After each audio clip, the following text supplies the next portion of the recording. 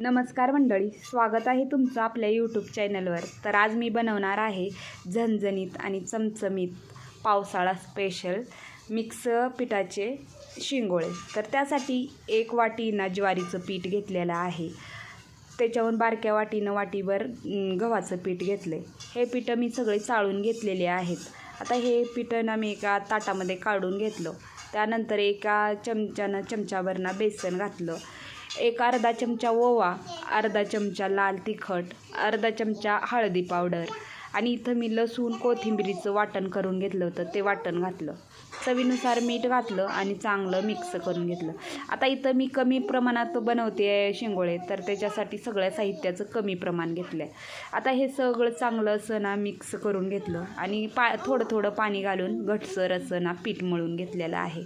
आता तुम्ही बघू शकता छान असं घटसर मळून घेतले.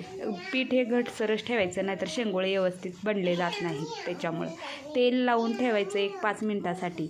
आता हे पीठ भिजतंय तोपर्यंत आपण आदन तयार करून घेऊया. त्यासाठी कढईमध्ये 1 चमचा तेल घातलं.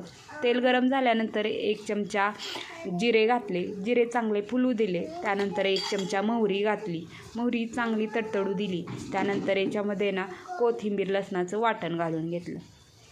आता हे घालून झाल्यानंतर चांगलं असं परतवून घ्यायचं. आता हे परतल्यानंतर 1 चमचा लाल तिखट, अर्धा चमचा हळदी पावडर, हे मसाले घालून झाल्यानंतर चांगलं परतवून घ्यायचं आणि परतल्यानंतर याच्यामध्ये 1 तांब्याभर पाणी घालून घ्यायचं. आता पाणी घालून झाल्यानंतर लगेचच चवीनुसार मीठ घालायचं आणि ह्याला चांगली उकळी येऊ द्यायची आहे. उकळी येते तोपर्यंत लगेचच थोडंसं तेल लावून पीठ चांगलं असं मळून घ्यायचं, मऊ करून घ्यायचं.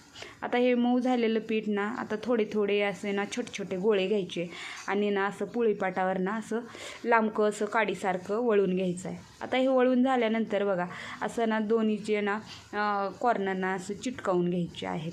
जसं व्हिडिओमध्ये दाखवत आहे तसं बनवून घ्यायचं. याचा आकार तुम्हाला जर गोल पाहिजे असेल तर तुम्ही गोलही शिंगोळे बनवून घेऊ शकता. आता याच पद्धतीनं मी सगळे शिंगोळे करून घेणार आहे. आता सगळे शिंगोळे करून झालेले आहेत आणि आता आपल्या पाण्यालाही छान अशी सळसळून उकळी आलेली आहे, बघू शकता. त्यानंतर आता या उकळलेल्या आदनामध्ये एक करून शिंगोळे सोडून घ्यायचे.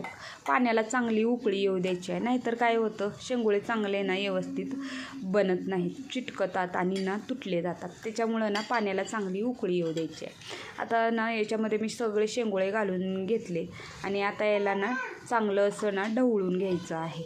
आता ढवळून झाल्यानंतर बघा ताट झाकून 10 मिनटासाठी शिजत ठेवायचं आहे. आता याच्यावर मी ताट झाकून 10 मिनटासाठी